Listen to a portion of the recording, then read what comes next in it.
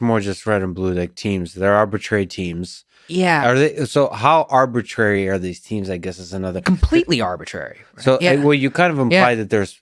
I don't know if Yeah. you're sort of in post analyzing the patterns, because it seems like there's a network effects of like you just pick the team red or blue, and it might have to do with college. It might have to do with all those things, but like it seems like it's more about just the people around you. Correct.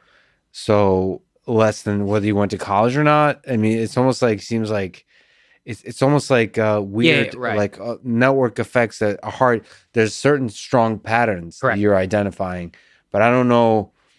It's sad to think that it might be just teams that have nothing to do with what you actually believe.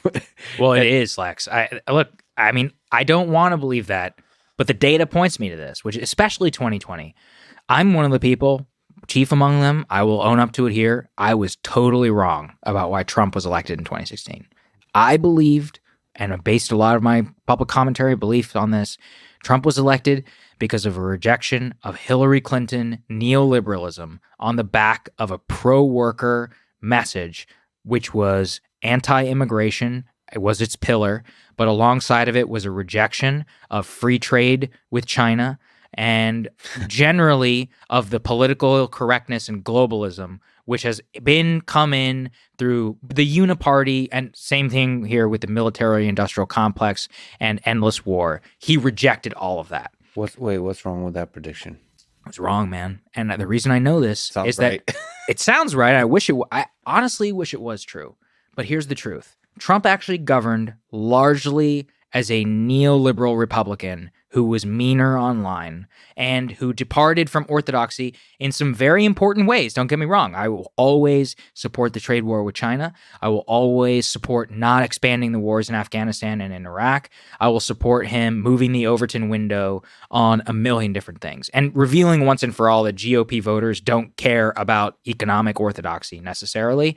But here's what they do care about. Trump got more votes in 2020 than he did in 2016, despite not delivering largely for all the Trump people out there on that agenda. He wasn't more pro-union, but he won more union votes. He wasn't necessarily more pro-worker, but he actually won more votes in Ohio than he did in 2016.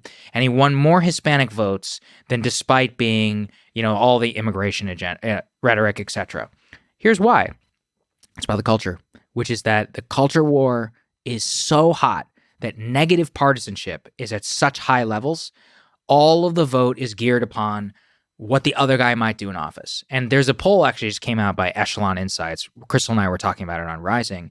The number one concern amongst Democratic voters is Trump voters. Number one concern.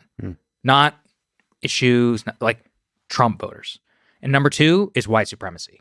And so which is basically code for Trump voters. And is the same true for the other side? Well, so on the right, number one concern is illegal immigration. And number, I think, 3 or 4 or whatever is Antifa, which is code for nice. Democratic. On the right is a policy kind of thing. Well, yeah, it's funny. I saw Ben Shapiro talking about this, but the reason why I would functionally say it's the same is because you can believe whether it's true or not. I think it actually largely is true, but a lot of GOP voters feel like a lot of illegal immigration is code for people who are coming in who are going to be legalized and are going to go vote Democrat. I can just explain it from their point of view. So what does that actually mean?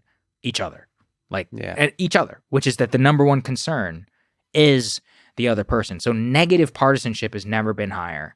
And I think people who had my thesis in terms of why Trump was elected in 2016, you have to grapple with this. How did he win 10 million more votes? He came 44,000 votes away from winning the presidency across 3 states. None of our popular discourse reflects that very stark reality. And I think so much of it is people really hate liberals. They just really hate them. And I was driving through rural Nevada before the election, and I was literally in the middle of nowhere. And there was this massive sign this guy had out in front of his house, and it just said Trump, fuck your feelings. And I was like, that's it. That is why people voted for Trump. And I don't want to denigrate it, because they truly feel they have no cultural power in America except to raise the middle finger to the elite class by pressing the button for Trump. I get that. That's actually a totally rational way to vote. It's not the way I wish we did vote, but like, that's not my place to say. So this is interesting. If you could just psychoanalyze, I'm probably naive about this, but I'm really bothered by the hatred of liberals. Mm-hmm. It's this amorphous monster that's mocked. It's like the Shapiro liberal tears. And I'm also really bothered by probably more of my colleagues and friends, the hatred of Trump. Yeah. The Trump and white supremacists. So apparently there's 70 million white supremacists, 75 million, sorry. There's millions of white supremacists.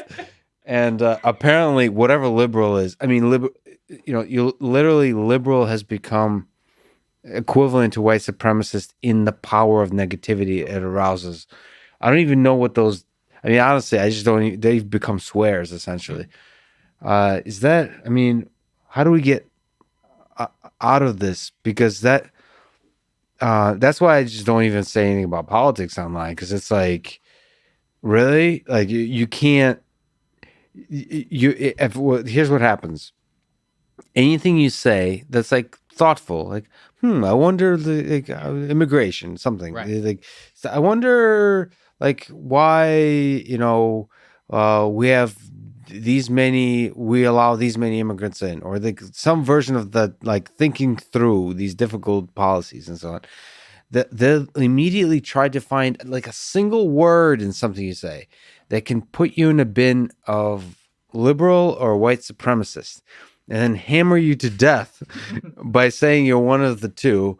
And then everybody just piles on happily that we finally nailed this white supremacist or liberal.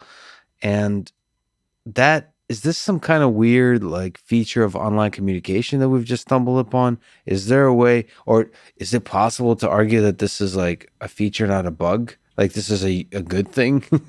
Yeah, well, look, I just think it's a reflection of who we are. People like to blame social media. I think we're just incredibly divided right now. I think we've been divided like this for the last 20 years.